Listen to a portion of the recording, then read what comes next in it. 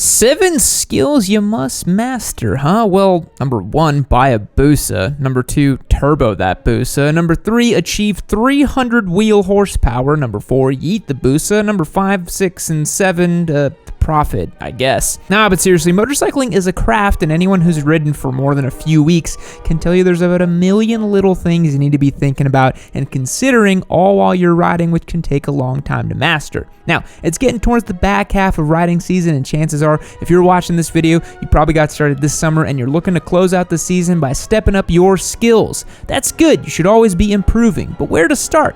Well, lucky for you, old Papa Yam stuck the list bucket into the well and pulled up a solid 7 skills or tricks you need to master in order to be the enlightened squid you know you're capable of being. These are fundamental things that you can practice every time you go out on your bike.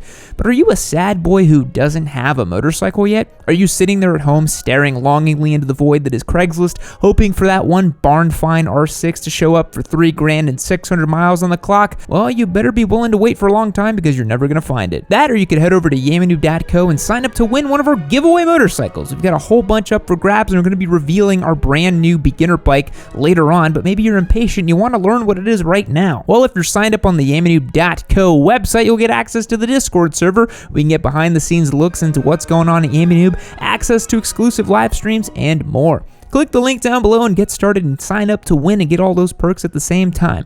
Aren't I nice? Now let's get started with number 7. The least important thing for street riders to master, but it's a good skill to have regardless, is body position.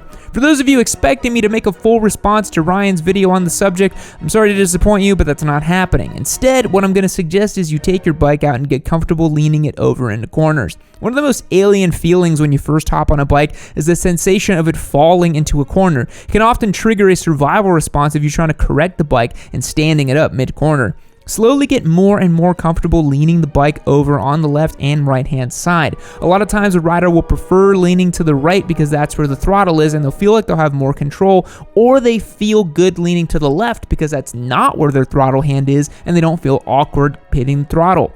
While you're at it, try leaning into the corner a little bit and see how changes in lean angles will feel on the bike. Get used to changing directions and moving with the bike. It'll feel a lot of fun to lean with the bike. Just don't be one of those people out there on their favorite twisty road trying to drag a knee. That's just kind of stupid, and getting a knee down does not mean you're fast. If you absolutely need to get yourself one of those glamorous scraped knee puck shots for the gram, just go to the track. It'll happen in like 1 or 2 track days.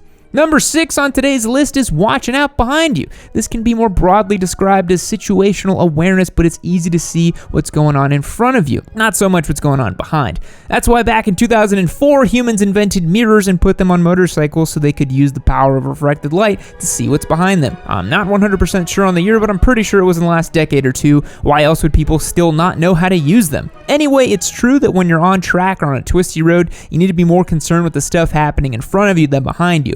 But when you're commuting or cruising through the city, being able to keep an eye on what's happening behind you is super important. You could spot a car coming to stop a little too quickly and get out of the way, or maybe you just catch a glimpse of the driver behind you picking his nose. Either way, maintaining proper situational awareness is key to commuting safely on a motorcycle. Check those mirrors when you go to change lanes. Check them when you're pulling to a stop. Heck, just check them if you're bored. I'm not saying keep one eye glued to your mirrors. That's just as bad as not checking them. But making a regular habit of glancing down and getting a read on the stuff going on behind you, it'll keep you more alert and focused on the ride. Number 5, looking through a corner. Learning to look through a corner is one of the easiest ways to help you ride more confidently down a road you're unfamiliar with, and it'll keep you safer at the same time. Now, when you're fresh off the MSF course, you're probably sick and tired of people telling you to keep your chin up and look forward, but let me explain why it matters. If you're looking at the road immediately in front of your front tire, it's way too late to do anything about it, and instead you need to be looking up ahead of you so that you can see any surprise obstacles in the road.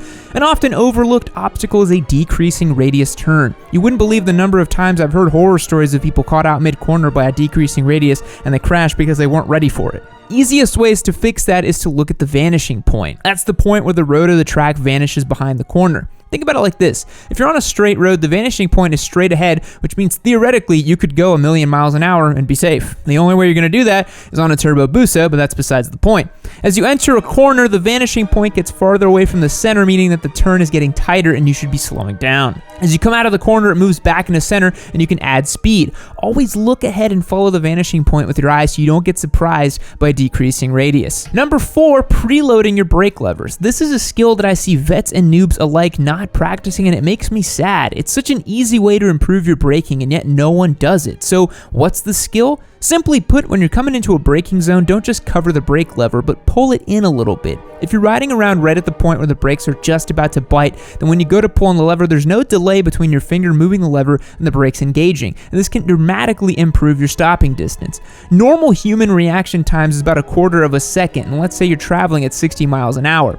If it takes you another 1/4 of a second for you to pull the lever in, you've already traveled 88 feet. But if you've got the lever right at the bite point, then you can save 44 feet across your braking distance. While we're talking about the front brake, another bad habit I see noobs is grabbing the lever with all 4 fingers. You do not need to do that unless you're on a land barge from the 70s. On most modern motorcycles, you only need to use your index and middle fingers. That way you can apply smooth and progressive braking force rather than just jerking the crap out of the lever with a 4-fingered kung fu grip. This is especially important when cruising around the city where you've got people who might walk out in front of you, cars following way too close behind you, and other rapidly changing conditions. It's best to have that lever covered and slightly engaged just in case. It's worth pointing out that this might engage your rear brake light, but at worst it does nothing, and in the best case it keeps cars from following right behind you. Number 3, sliding. While we're talking about brakes, here's one to practice for when you've added too much brake. To most riders, sliding only happens when they've got things super wrong, and so they never practice it or never learn how to control a skid. The thing is, you'll probably end up skidding into stops more often than you might think.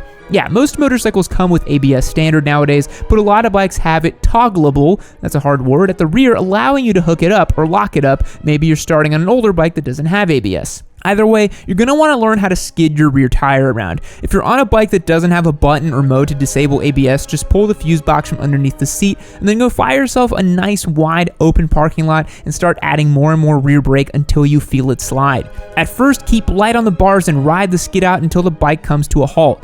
Once you feel comfortable with that, start adding brake faster and harder so you lock up the wheel quickly. That's what it'll feel like in a panic stop scenario. After a good few skids, start adding a little input to the bars and feel the rear slide to one side or another. It's really not that scary once you get used to it, and I do it coming to an intersection for fun sometimes. If you're worried about bending your bike on the asphalt, find a buddy with a dirt bike and go play off-road. You'll be able to experience sliding the wheel around and coming to a stop and while accelerating, which is a ton of fun. Not to mention, only the truly enlightened fast boys play off-road, so there's that. Number 2, rev matching on downshifts. This one's super fun to do and it makes you look like an old pro. Not only that, a properly rev matched downshift will be smoother and safer than just slapping down a gear and letting the clutch out. To understand this, you've got to understand what's going on inside your bike. When you're riding with the clutch out and the throttle open, your engine and rear wheel are spinning at the same speed. Sort of. Your engine is moving way faster than the wheel, but for the sake of argument, we'll call it the same speed. And when you go to downshift, you pull in the clutch and your engine speed drops while your wheel speed stays the same. Then you let out the clutch in a lower gear and there's a huge mismatch between the engine speed and the wheel speed. The engine revs up to match and sometimes that can cause the rear wheel to lock up, say if you accidentally shifted down 2 gears instead of 1. Instead of simply letting the bike do the work for you of matching the engine speed, you can do it by blipping the throttle. Simply pull in the clutch, click down a gear, and then with that clutch still pulled in, pop a rev and release the clutch while the engine speed is spun up to match the wheel speed. It takes some practice, and with the rise of auto blipping quick shifter, it's a skill that fewer and fewer people are learning, but it's an important one to have if you're getting an older bike or you just want to look cool. Everyone knows that revving your motorcycle coming into a stop is the easiest way to have ladies' undergarments thrown at you. And in case you're wondering, we have a whole detailed video explaining how to rev match and engine match. You should check that out. Number 1, pick your moment. Look, I'm about to say something that could be easily misconstrued as me giving you blanket permission to be an absolute hooligan and do dumb stuff out on the street. I'm not. I just want to make that clear. I think that speeding, trying to drag knee, or other squid behavior should be done in closed conditions, on a racetrack, ideally, a drag strip, if you want, a mall parking lot at midnight, wherever it makes sense. But here's the thing. Everyone, and I mean everyone who gets on a motorcycle is going to squid at some point. Even the dads over at R Motorcycles do it despite how much grief they give other riders. Why? Because it's fun. It's fun lifting the front tire and trying to go a little bit faster around the turn. And if you're going to be a perfect little good boy, you might as well drive a car, because bikes are fun. But the key is to pick your moments and places where it's more appropriate to go wide open throttle, like pulling onto a highway on-ramp, or a sweeper you're really familiar with where you're trying to lean just a little bit more. If you're going going to squid, I would rather you do it in the right place at the right time than get pulled over or tuck the front end on a road you're unfamiliar with. As always, it is my duty to inform you the tracks exist specifically for this reason. You can go out to a meticulously maintained stretch of asphalt, rip around corners with no speed limits, and if you have an incident, tracks are designed specifically with tons of runoff room so you don't smack into a mailbox at 50 miles per hour. Trees don't move very much, guys. Remember that. If all you want to do is go fast, go to a drag strip and learn how to launch your bike. We took a whole bunch of bikes from the shop to a strip last week and it was a ton of fun. Yes, those things cost money, so I understand people's hesitancy to do it, but if you're going to squid on the street, learn to pick your moments or save up a little bit and go to the track. That's my advice. See you later. Keep watching Yammie Noob. Keep watching Yammie Noob. Keep watching Yammie Noob. Keep watching Yammie Noob. Keep watching Yammie Noob.